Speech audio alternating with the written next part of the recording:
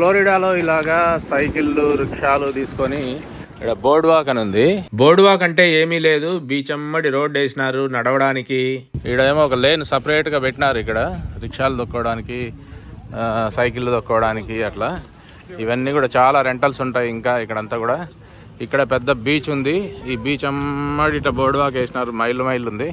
ఈ బోర్డ్ వాక్లో ఈ బీచ్లో తూర్పు పక్కకు ఇది ఫేస్ అయింది కాబట్టి సూర్యుడు అస్తమయం అటుపక్క జరుగుతూ ఉంది, సూర్యుడు ఉదయించేది మాత్రమే ఇటుపక్క ఉంటుంది. ఉదయం పూటనే చూడగలము. ఇంకా ఇక్కడ ఈ బోర్డు వాక్ అమ్మడి హోటల్స్ ఉన్నాయి ఇటు పక్కన. మే, జూన్, జూలై ఇదంతా కూడా ఎండాకాలం అంతా కూడా చాలా రేట్లు ఉంటాయి. ఒక్కొక్కటి మేము ఉందామని ఒకరోజు రాత్రికి చూస్తే సుమారుగా $400, $500. $500 అంటే 35,000 సుమారుగా ఒక్క రోజుకి. వర్జీనియా నుంచి ఇక్కడికి చాలామంది చలికాలంలో ఎక్కువ వస్తూ ఉంటారు ఇక్కడికి. ఎందుకంటే అక్కడంతా చలి ప్రాంతం అనమాట. ఈ ఫ్లోరిడాలో మాత్రము సంవత్సరం అంతా కూడా ఇక్కడ ఫారెన్హీట్లో 70-80 ఫారెన్హీట్ ఎప్పుడు ఉంటుంది, చల్లగా ఎప్పుడు కాదు. కాబట్టి ఈ పైన ప్రాంతాల్లో ఉండే రాష్ట్రాల్లో అందరూ కూడా చలికాలంలో ఇక్కడికి వచ్చి చలికి భరించలేక విసుగొచ్చి అప్పుడప్పుడు వచ్చి ఒక 3 రోజులు 4 రోజులు లేకపోతే వారం ఉండి వస్తారు. కారులో రావాలంటే వర్జీనియా నుంచి ఇక్కడికి సుమారుగా 12 గంటలు 14 గంటలు డ్రైవింగ్ పడుతుంది. కాబట్టి కారులో రావడం కష్టము. పబ్లిక్ ట్రాన్స్పోర్టేషన్ అసలు ఏమి ఉండదు. ఇంకా ట్రైన్లు ఉంటాయి కానీ అది చాలా టైం పడుతుంది రావడానికి. మళ్ళీ దానికి సుమారుగా ఫ్లైట్ టికెట్ కంటే కూడా ఎక్కువ అవుతుంది.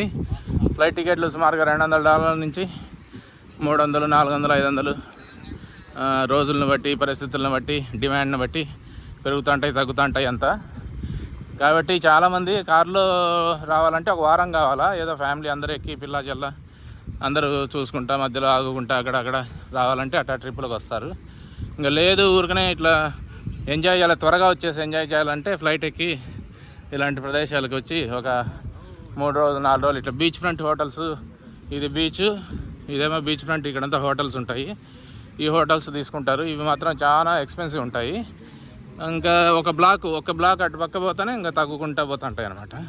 ఊరికే నడుచుకుంటూ రావచ్చు కానీ మన కిటికీలోంచే మనకి కనపడాలి, మనకి బీచ్ కాబట్టి అందరూ బీచ్ ఫ్రంట్ హోటల్స్ అంటుంటారు. సో ఇక్కడంతా కూడా చాలా ఫేమస్ ప్లేస్ ఫ్లోరిడా అంతా కూడా బీచెస్కి. చాలా వాటర్స్ అంతా కూడా బ్లూగా ఉంటాయి, బాగుంటాయి అంతా కూడా. $1,00,000 అయితే కానీ ఒక వారం రోజులు ఉండి పోలేము. సుమారుగా $1,000 వారం రోజులు ఏంది, 200 రెంటే అవుతుంది రోజుకి. సో 5 రోజులు ఉంటే అదే $1,000 అవుతుంది. ఇంకా మళ్ళీ తినడానికి అంత ఖర్చు అంతా కూడా మళ్ళీ ఫ్లైట్ టికెట్లు దూరం ఉంటే పరిస్థితిని బట్టి. అమెరికా దేశం చాలా పెద్దది కాబట్టి ఒక పక్క నుంచి ఒక పక్కకి ఫ్లై కావాలంటే మొత్తం మామూలుగా తూర్పు నుంచి పడమరకి సుమారుగా 5 గంటలు పడుతుంది ఫ్లై కావడానికి. కాబట్టి అందరూ దగ్గర ఏముండరు ఈ ప్రాంతానికి, ఇది ఈ బీచ్లకి.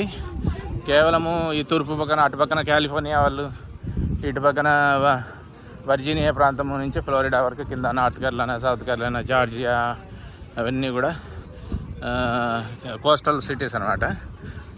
కాకపోతే పైనుండే ప్రాంతాలు మాత్రం చల్లగా ఉంటాయి. ఇంకా న్యూయార్క్ అట్లయితే స్నో కూడా పడుతుంది, 4-5 సార్లు పడుతుంది సంవత్సరానికి. కాబట్టి ఇక్కడ వెకేషన్ అంటే చాలా మటుకు ఏదో ఒక మంచి బీచ్కి రావడము, అక్కడ ఇలాంటి హోటల్ తీసుకోవడము, ఒక వారం రోజులు అట్లా ఉండి పోవడము చేస్తూ ఉంటారు.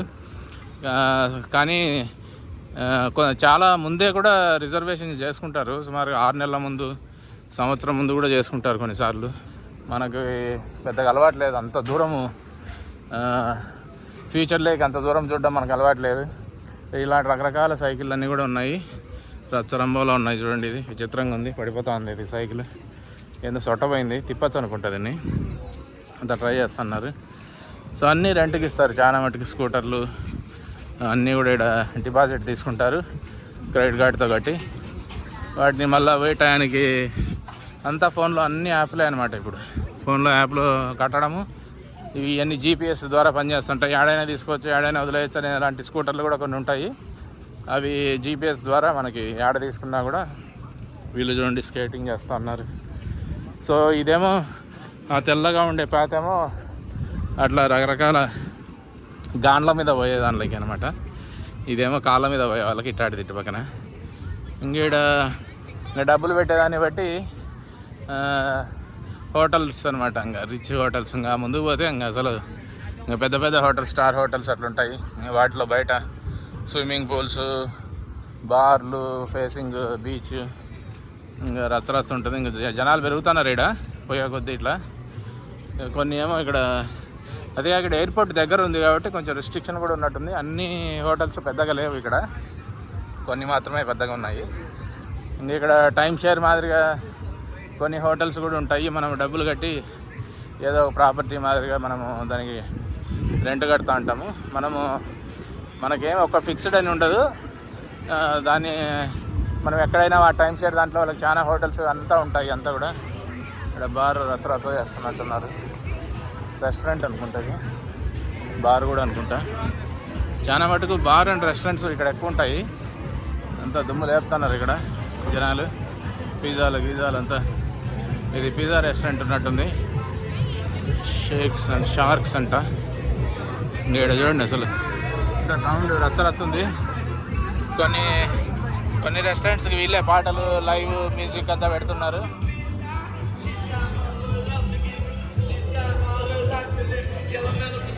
అంతా పార్టీ అనమాట. అంతా బాగా సాయంత్రం పూట ఎక్కువ వైబ్స్ ఉంటాయి ఇక్కడ. పొద్దున కంటే కూడా మధ్యాహ్నం అంతా కూడా చాలా ఎండ ఉంది. ఇక్కడ ఒక హాలీవుడ్ బీచ్ థీమ్ అని ఒకటి ఏదో పెట్టారు. ఇక్కడ పర్ఫార్మెన్స్లు అంతా కూడా సాయంత్రం పూట మొదలవుతాయి. ఇంకా ఈ టైంలో ఇక్కడ చూడండి అందరూ ఎట్ట కూర్చోన్నారు, మొత్తం ఫుల్ కూర్చోన్నారు ఇక్కడంతా. ఇక్కడ ఏదో షో స్టార్ట్ కాబోతుంది, మళ్ళీ వచ్చి చూద్దాం షో. వీళ్ళు ఇంకా సెటప్ చేస్తూ ఉన్నారు ఇక్కడంతా కూడా. సెటప్ చేస్తానే వచ్చి చూద్దాం మళ్ళీ ఏమవుతుందో. ఇక్కడంతా కూడా స్కూటర్లు, పిల్లలు, స్ట్రోలర్స్, షాప్స్ రచ్చరచ్చుంది అసలు. బాగా ఇంకా చల్లగా బాగుంది, ఆహ్లాదకరంగా ఇక్కడ. కాబట్టి అందరూ బాగా ఎంజాయ్ చేస్తున్నారు. ఇట్లా బోర్డు వాక్ ఇంకా చాలా దూరం, ఇటుపక్క చాలా దూరం ఉంది, అటుపక్క కూడా చాలా దూరం ఉంది. ఈ స్ట్రిప్ అమ్మడి అనమాట. ఇక్కడ బాగా టూరిజం డిపార్ట్మెంట్, గవర్నమెంట్ వాళ్ళు బాగా మేనేజ్ చేస్తారు బాగా. మార్గరెట్ విల్లీ అని అలాంటి హోటలు బహామాస్లో చూపించాను. రెస్టారెంట్ పెద్ద రిసార్ట్ ఉంది, వాటర్ రిసార్ట్. అదే రిసార్ట్ వీడియో చూడండి.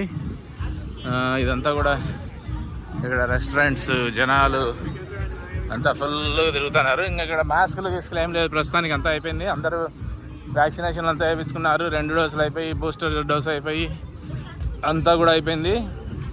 కాబట్టి ఇక్కడ బయట మాస్క్ రిస్ట్రిక్షన్ అసలు కంప్లీట్గా తీసేశారు. ఇంకెక్కడ రెస్టారెంట్స్లో ఎక్కడ కానీ పెట్టుకొని అవసరం లేదు. సో ఇలాగ జీవితం మళ్ళా కరోనా నుంచి మళ్ళీ మామూలుగా వస్తుందని ఎప్పుడు ఊహించలేదు. అసలు మానవజాతి ఏమైపోతుంది, అంతరించిపోతుందా, అసలు మనం గుహల్లోనే ఉండాల్సి వస్తుందా అనుకుంటే రోజులు నిన్నాయి 2 సంవత్సరాలు సుమారుగా. ఇప్పుడు అందరూ బయటపడినారు. గంప కింద కోడిపేటను మూసి ఒక రోజంతా తెలిస్తే అట్ట పరిగెత్తున్నారు. వీళ్ళంతా ఫుల్గా ఎంజాయ్ చేస్తున్నారు అందరూ. అమెరికా జీవన విధానాన్ని మన తెలుగువారికి చూపించే ప్రయత్నమే ఇది. ఇక్కడ చూడండి వీళ్ళు సైకిల్ తొక్కుంటూ పోతున్నారు, కలర్ఫుల్ సైకిళ్ళు. మళ్ళీ దానికి మ్యూజిక్ పెట్టుకొని పోతున్నారు. రచ్చ ఎంజాయ్మెంట్ ఇక్కడ. వీళ్ళు చూడండి స్కూటర్లు. ఇవి ఎన్ని రెంటల్స్ ఉన్నాయి చాలా మటుకు. సో ఇలాంటి రకరకాల వెహికల్స్ ఉన్నాయి. ఈ పిల్లోడు చూడండి సైకిల్ ఒక గాని మీద పెట్టి పైకి తీసుకుపోతున్నాడు. సొక్కాలు ఇప్పి పోతున్నారు. సో ఎవరిష్టం వాళ్ళదనమాట. ఇక్కడ షాపులు లేక అట్లయితే రానిరు, కానీ సొక్కాలు లేకుండా బయట అయితే తిరగచ్చు అంటారు. ఏం కాదు, అంత మాత్రాన వాళ్ళు ఏం కోతులు ఏం కాదు. మనం కోతి అనాల్సిన అవసరం లేదు, ఎవడిష్టం వాడిది. ఇక్కడ ఇట్లా రెస్టారెంట్స్కి బయట కూడా ఈ బోర్డు వాక్ అమ్మడి బయట చైర్లు వేసినారు. ఇక్కడ కూర్చొని బీచ్ వ్యూ చూసుకుంటా, ఇటు పక్కన మ్యూజిక్ అంతా ఎంజాయ్ చేసుకుంటా. సన్సెట్ నుంచి సన్సెట్ అయిపోయిన తర్వాత ఇంకా రాత్రి అయ్యే వరకు చాలా అందంగా ఉంటుంది. ఇంకొంతసేపు అయితే ఇంకా అసలు ఇంకేమి కనపడదు, నల్లగా అయిపోతుంది సముద్రం అంతా కూడా. ఇక్కడ రకరకాల ప్రదేశాల నుంచి వచ్చిన వాళ్ళు ఉంటారు. పెద్ద టూరిజం ప్లేస్ అనమాట ఫ్లోరిడా అంటే. ఇదిగో ఇలాంటి రిక్షాలు కూడా రెంట్కి చేసుకోవచ్చు. 2 కూర్చునేవి ఉంటాయి, 4 కూర్చునేవి ఉంటాయి, అన్ని రకాలు ఉంటాయి ఇక్కడ.